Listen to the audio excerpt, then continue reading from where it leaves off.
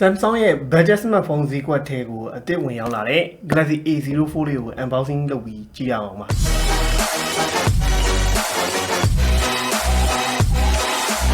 တော့ဒါ Galaxy A04 ကို RAM 464GB ရယ် RAM 332GB ရယ်လာတယ်332က3,900ခွဲ464ကတော့ကျွန်တော်4,5900ဖြစ်လိမ့်မယ်ဗျ။တော့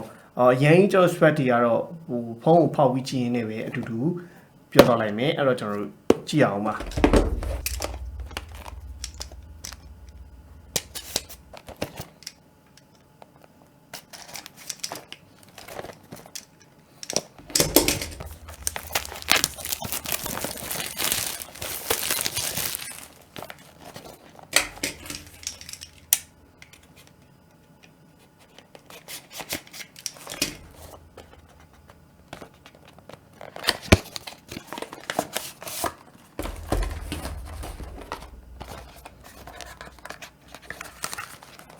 ကျွန်တော်ထုံးတဲ့တိုင်းဘာတွေပါအောင်ကြည့်အောင်အားလုံးမြင်တဲ့အတိုင်းပဲကျွန်တော်တို့ဒါ user guide ပါမယ် cover တော့မပါဘူးပေါ့နော်နောက် IMEI sticker ပါမယ်နောက် A04 ပေါ့ Infinity V display dual camera battery ပေါ့ဒီမှာမှသူကအရင် A03 တက်ဆိုရင်တိုးတက်လာတာကdesign ဘိုင်းလေးနဲ့ကျွန်တော် camera 50 megapixel ဖြစ်သွားတာပို့ပြီးတော့တိုးတက်လာတာဖြစ်ပါတယ် back cover အသားနာဟာအရင် A03 နဲ့plastic ပဲပေါ့နော် plastic ပဲဒါပေမဲ့ texture နဲ့ design ဒီ gradient လေးပြေးထားတဲ့ဟာလေးလှတယ်ဒီကောင်ကကျွန်တော်တို့အစိမ်းရောင်ပေါ့နော်အစိမ်းဘုတ်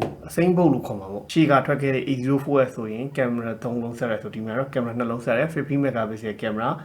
2 megapixel 4K camera ပေါ့နော် budget A3 ရဲ့ထုံးစံတိုင်း5 megapixel camera နဲ့ပဲလာတယ်အဲ့တော့ power လေးတော့ကျွန်တော်ဖွင့်ထားလိုက်မယ်ပြီးတော့မှအသေးသေးထပ်ကြည့်မယ်ပေါ့နော်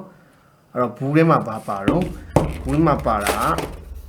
15 watt charging ကောင်းဆိုတော့ quick charging 15 watt support လုပ်မယ်နောက် type C 2ပါမယ်ပေါ့နောက် sync injector ပါမယ်အဲ့တော့တကယ်လို့ကျွန်တော်တို့ဒီမြန်မာပြည်မှာ A04 ကိုဝင်မယ်ဟဲ့ဆိုရင်ပါမာကဖုန်းရဲ့အာသွင်းကြိုးအာသွင်းကောင်းရဲ့ sync injector ရဲ့ပါမယ်နှစ်ချက်ဒီကျန်တဲ့ဟာပါညာမပါဘူးပေါ့နော်ကျွန်တော်တို့ဒီ sync injector အနေနဲ့ဆိုရင်တော့သူက 3 gas slot ဖြစ်သွားတယ်3 gas slot ဖြစ်တာတဲ့အညီsingle 2 gap memory gap ထည့်သွင်းအသုံးပြုနိုင်မှာဖြစ်ပါတယ်အဲ့တော့ဒါ budget အသစ်ထွက်လာလို့ပဲမိတ်ဆက်တာပေါ့နော်ဒါ Samsung နဲ့ကနောက်သူ့ battery က 9000 mAh ဟိုမှာ15 watt ပေါ့နော်15 watt ဆို15 watt နဲ့ quick charging လုပ်လို့ရမယ်နောက် display ကတော့ထုံးစံတိုင်းပဲဒီ A0 series မှာပါနေကြ PLS LCD ကိုသုံးထားတယ် HD+ resolution display ကိုပဲကျွန်တော်တို့သုံးရမယ်အဲ့တော့ပုံမှန်တိုင်းပဲဗျာရုပ်ထွက် quality ကတော့အရင်ဖုန်း A0 တွေမှာကြည့်တဲ့အတိုင်းပဲအနေထားမှာပဲရှိမယ် screen size 6.5 ရှိပြီးတော့ဒီကျွန်တော်တို့ budget ဖုန်းတွေရဲ့ထုံးစံတိုင်းချင်းကြည့်မယ် bezel ထူမယ်ဒါပုံမှန်လို့ဖြစ်နေပါပြီเนาะကျွန်တော်တို့ဒီနှစ်တစ်နှစ် quarter တစ်ခုပြောင်းလာတယ်နှစ်တစ်နှစ်မဟုတ်ဘူးပေါ့နော် quarter တစ်ခုပြောင်းလာတယ် budget smartphone A01 A02 A03 ထွက်လာတယ်လို့ပဲပေါ့နော်ဒီမှာတိုးတက်လာတယ်လို့ပြောလို့ရတာဒီအဓိကအားဖြင့်ကျွန်တော်တို့15 megapixel ပါတဲ့ camera ပါလာတာပေါ့နော်သူရဲ့ SoC ကတော့ MediaTek P35 ကိုပဲအသုံးပြုပေးထားတာဖြစ်ပါတယ်အဲ့တော့ကျန်တဲ့မနစ်ကထွက်ခဲ့မနစ်ကပေါ့နော်ပြီးခဲ့တဲ့ quarter ထွက်ခဲ့တဲ့ A03 နဲ့တိတ်မတိမ်မရင်းပါပဲပေါ့ performance အပြင်အဓိကပုံမိုက်တာတော့ A04S ကတော့ပုံမိုက်သွားပြီပေါ့သူ in-house chipset နဲ့လာတာအဲ့ဒါကျွန်တော်ပုံမိုက်တယ်အဲ့တော့သူတို့ကျွန်တော်တို့သူ့ body တန်းသားလေးတစ်ချက်ကြည့်လိုက်အောင်ပေါ့နော်နောက်ကတော့ဒီမြင်တဲ့အတိုင်းဒီလက်ရနည်းနည်းထင်ချင်တယ်ပေါ့ဟိုအသားတော့လုံးဝ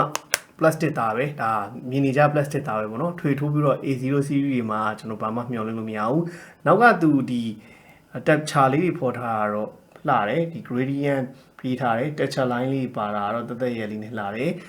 plastic body plastic frame ပဲပေါ့ဒီအပေါ်မှာတော့ mic တစ်ချက်ပါမယ်နောက်သူ့50 megapixel camera ဆိုပေမဲ့ camera band ကြီးကကျွန်တော်တို့ထိုးထွက်နေတဲ့ခန်းစားချက်မျိုးမရဘူးနောက်ဒီမှာတော့ volume up down ပါမယ် power button ပါမယ်အောက်မှာ speaker port ပါမယ် type C port ပါမယ် 3.5mm audio jack ပါမယ်ဒီဘက်ကတော့ကျွန်တော်တို့ sim port ပါမယ်ပေါ့ဒါပဲပေါ့နော်ဒါကျွန်တော်တို့ Samsung budget ဒီမှာတွေ့နေကြအတိုင်းပါပဲအသစ်ထွက်လာတဲ့ပြောတာနောက်ဒီသူ့ရဲ့ brightness nick အနေနဲ့အရင်လင်းတဲ့ထဲမှာတော့မပါဘူးပေါ့နော်ဒါအိုက်တောက်တောက်ကြီးဖြစ်နေတဲ့ထဲမှာမပါဘူးအဲ့တော့နေအောင်မှာအပြင်မှာသုံးရင်တော့နည်းနည်းအားဆိုင်ပြီးကြည့်ရနိုင်တဲ့အနေအထားမှာရှိတယ်color အယောင်သွေးရုပ်ထွက်ကတော့ Samsung ဒီ display ရဲ့ထုံးစံတိုင်းအယောင်တင်းတင်းလေးရတယ်ဒါပေမဲ့ HD resolution ဖြစ်တဲ့အတွက်ကတော့န ည်းနည်းလေးကျွန်တော် computer ကြည့်မယ်ဆိုရင်တော့ဖွာချင်တယ်ပေါ့နော်ဒါကတော့ HD တော့เนาะ Samsung ရဲ့အားသာချက်တစ်ခုအနေနဲ့ပြောရရင်เนาะဒီကျွန်တော်တို့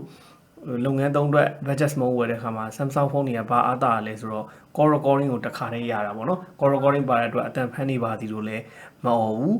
နောက်တစ်ချက်အနေနဲ့ကတော့ကျွန်တော် Google service တွေကိုအကောင်းဆုံးဟလားပေးတင်ပါတဲ့အတွက် Google service နဲ့ပတ်သက်ပြီးလုပ်တဲ့လူတွေအတွက်အဆင်ပြေသေးတယ်ကင်မရာ15 megapixel လေးတော့ကျွန်တော်နည်းနည်းလေး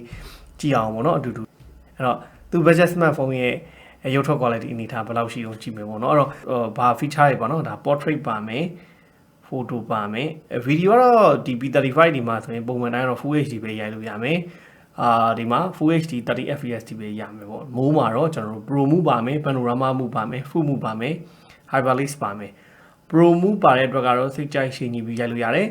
original ရိုက်ဖို့အတွက် night move feature တော့ဒီမှာထည့်ပေးထားတာမတွေ့ရဘူးကဲအဲ့တော့ကျွန်တော်တို့အရင်ဆုံးတော့ဒီနားမှာရှိရဲ့ကင်မရာတော့เนาะဒီ50 megapixel ပါညချင်းဒီပုံမှာလေး 3:4 ရှိရပါတော့အားလေးတစ်ချက်နဲ့သူရဲ့ကျွန်တော်50 megapixelเนาะ50 megapixel ကင်မရာလေးကိုကျွန်တော်တစ်ချက်ဆန်းကြည့်မယ်photo processing time တော့အရင်ကြီးမကြဘူးရုပ်ထွက်ပုံရိပ်ရတာတော့ကောင်းပါတယ်ဒီတေးရတာပေါ့နော်ဒီတေးရတာကောင်းပါတယ်အရင်မညံ့ပါဘူးโอเคအဲ့တော့ဒီမှာဒါနာသူ့ရဲ့ကျွန်တော်တို့50 megapixel ကင်မရာလေးနဲ့ရိုက်ထားတာပါအဆင်ပြေပါတယ်ကောင်းပါတယ်ဒါပေမဲ့အပြင်မှာရိုက်ကြည့်ရင်တော့ပို့ပြီးတော့တိကျသိပါမယ်ဒါကျွန်တော်တို့စမ်းတာကြတော့သိရတဲ့အတိုင်းပဲပေါ့နော်ဒါကျွန်တော်တို့ studio ထဲမှာပဲရိုက်တဲ့ချိန်နေ့ဖြစ်ညဖြစ်အဲ့ချိန်မှာစမ်းတာဆိုတော့ရုပ်ထွက်အည်တွေကတော့အပြင်နဲ့အနေနဲ့ကွဲပြားခြားနားမှုရှိနိုင်ပါတယ်ဒါသူကျွန်တော်တို့အကျဉ်းရိုက်တဲ့ portrait ပါနော် portrait လည်းမဆိုပါဘူး background နဲ့လူနဲ့ဖြတ်တဲ့နေရာမှာတော်တော်ကြီးကိုသူရဲ့ processing ကောင်းပါတယ်အဆင်ပြေပါတယ်အဲ့တော့ selfie portrait လေး5 megapixel selfie ရဲ့ portrait လေးလည်းတစ်ချက်စမ်းကြည့်အောင်အညာရိုက်တာဒါသူရဲ့ထွက်လာတဲ့ selfie ပုံရိပ်ပါဒီမီးပါညာရှိတဲ့အတွက်ကတော့အဆင်ပြေတယ်ထွက်လာတဲ့ပုံရိပ်ဒါပေမဲ့ပေါ့ဗျာထုံးစံတိုင်းပေါ့ဒီ5 megapixel ဆိုတော့တစ်ခါလေကျတော့ဒီ day ပါညာတော့နည်းနည်းလေးနေခြင်းနဲ့အပြင်ဘက်မှာရရင်တော့ဒီတက်ကောင်းတဲ့ပုံရိပ်လေးရရင်ရမှာပေါ့နော်နောက်တစ်ချက်အနေနဲ့ Samsung ကိုင်းတဲ့သူတွေကတော့သိမှာပါ Hack fan နေဆိုရင်တော့လက်ဝါးလေးထောင်လိုက်လား selfie ရိုက်ခြင်း pan shutter auto ပါပါတယ်အဲ့ဆိုရိုက်ပေးပါမယ်ပေါ့နော်ဒါကျွန်တော်တို့သူ့ရဲ့ကင်မရာလေးတွေကိုစမ်းကြည့်တာပါအဆင်ပြေပါတယ်ဆိုတာရှေ့ကင်မရာ selfie လေးကတော့နည်းနည်းလေးဘယ်လိုပြောလို့ကတ်ကြည့်မဟိဆိုတော့ဒီနည်းနည်းရနေခြင်းလို့ထင်ရပေမဲ့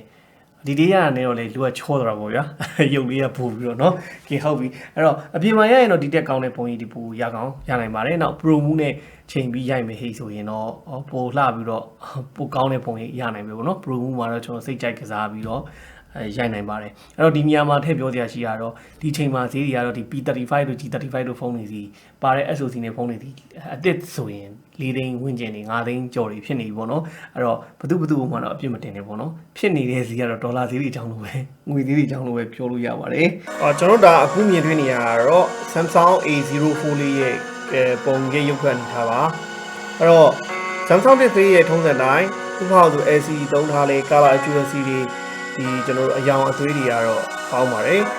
HD resolution ဖြစ်တဲ့အတွက်ကျွန်တော်တို့ဒီပြုတ်ထချင်တာလေးတစ်ခုပဲရှိပါတယ်ကျန်တာကတော့သူ့ LCD ကဒီအနီးအဖြူအနက်လင်းမောင်ပြတာအဆင်ပြေတယ်ဒါပေမဲ့ပေါ့နော် display ရဲ့ brightness ကဒါအဆုံးတင်ထားတာအရင်ကြီးကျွန်တော်လင်းထိန်နေတဲ့နှစ်မျိုးတော့မရှိဘူးနောက်ဒီ speaker ကကျွန်တော် bass တန်လေးနည်းနည်းလေးနဲခြင်းတယ်ဒါပေမဲ့ကြားတဲ့အတန်ကအရင်တွေ့ရတဲ့မှာမပါဘူးဒီ A0 series ရဲ့မှာတွေ့နေကြအတန် quality ပဲသက်ပဲနားထောင်လို့ကတော့အဆင်ပြေပါတယ်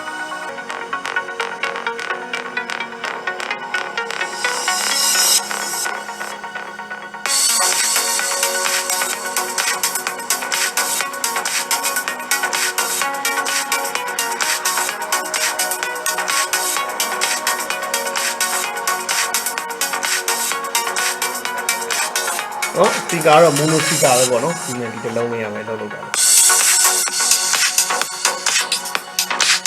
ကျွန်တော်အခုမြင်တွေ့ခဲ့ရတာတော့ Samsung